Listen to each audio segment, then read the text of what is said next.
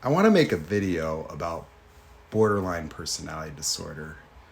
What I think I can relate to in the experience is people pleasing. You see, people pleasing is actually a personality that's developed, in my view, in the face of emotional and other forms of abuse in childhood, where people pleasers develop traits similar to those of borderline personality disorder.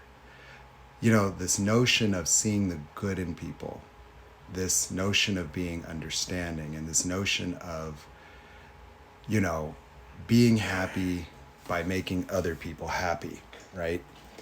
Also, this illusion, this profound illusion that people pleasers believe that they have the power to make a difference or change people, or that people can change. That why do people develop this way? People pleasers develop this sense of being able to see the good in people because seeing the good in people was a survival strategy that helped deal with the emotions of being in an environment where not only does the people pleaser as a child not have control of the parents, but it would otherwise be very traumatic to live in a reality where you can't trust your parents or they're abusive. And so, in order to stabilize the emotional experience of the child, they would form a more idealized view of the parent where they see them as a good person and attach to the good that they see in them as if that's who they are. And then the people pleasing strategies of being good enough, in some cases being a perfectionist. And also self-devaluation, meaning that when your parents get mad at you, you feel guilt, you feel not good enough, you feel responsible for their anger, their blame, their abuse, where the abuse isn't seen as abuse, but it's seen as consistent with what's appropriate for our own failings or something that we did wrong. You know, when you look at people pleasers, they often say they have trouble saying no. They say things like, I really hate conflict. I just hate conflict. Well, it's because, you know, as children, they couldn't say no. You know, no would make them feel guilty or they're a bad child. You know, no would be almost immoral.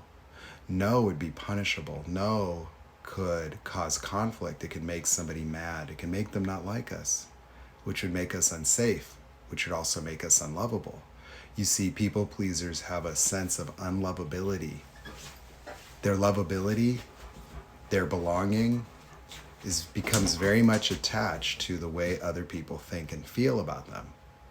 And so the way that the people pleasers control and make their environment more safe is by idealizing the parent, assuming guilt and responsibility and blame for the bad behaviors, trying to become good enough or perfect in the eyes of those parents, make them happy in order to make the environment safe.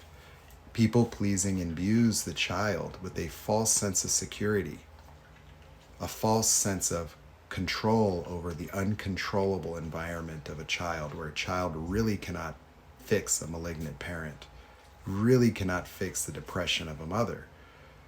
But by living into a future where you could become good enough to make this pain go away, or to make them stop hurting you, or to be good enough for the parents so that they would love you ongoingly, you know, the people pleasers rely powerfully on that idealization, that the preservation of the ideal of the parent is so important to maintaining their own emotional stability that they naturally will always feel a sense of responsibility or guilt when it pertains to the bad behaviors of others, presuming guilt even.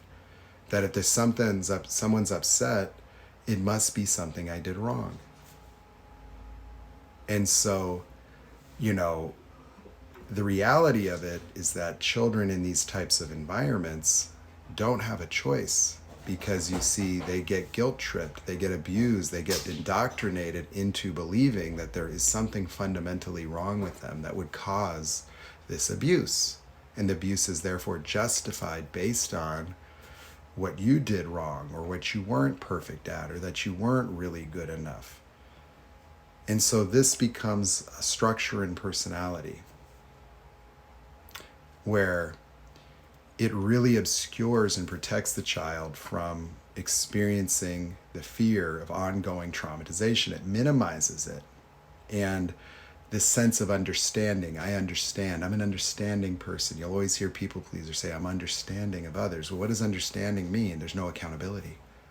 People pleasers do not hold people accountable, because how could you hold your parents accountable for their behavior? You couldn't.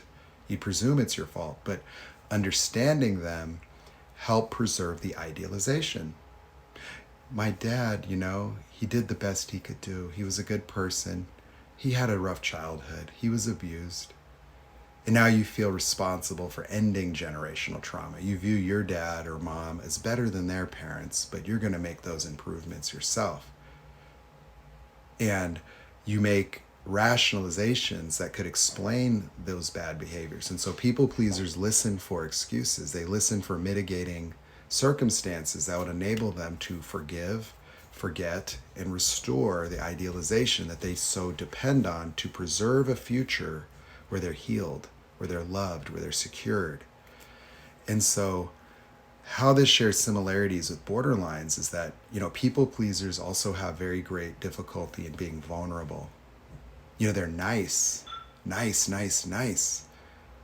But you see, it's because while you're being abused, you cannot express your real anger, sadness, frustration, despair, and fear. You go along with it.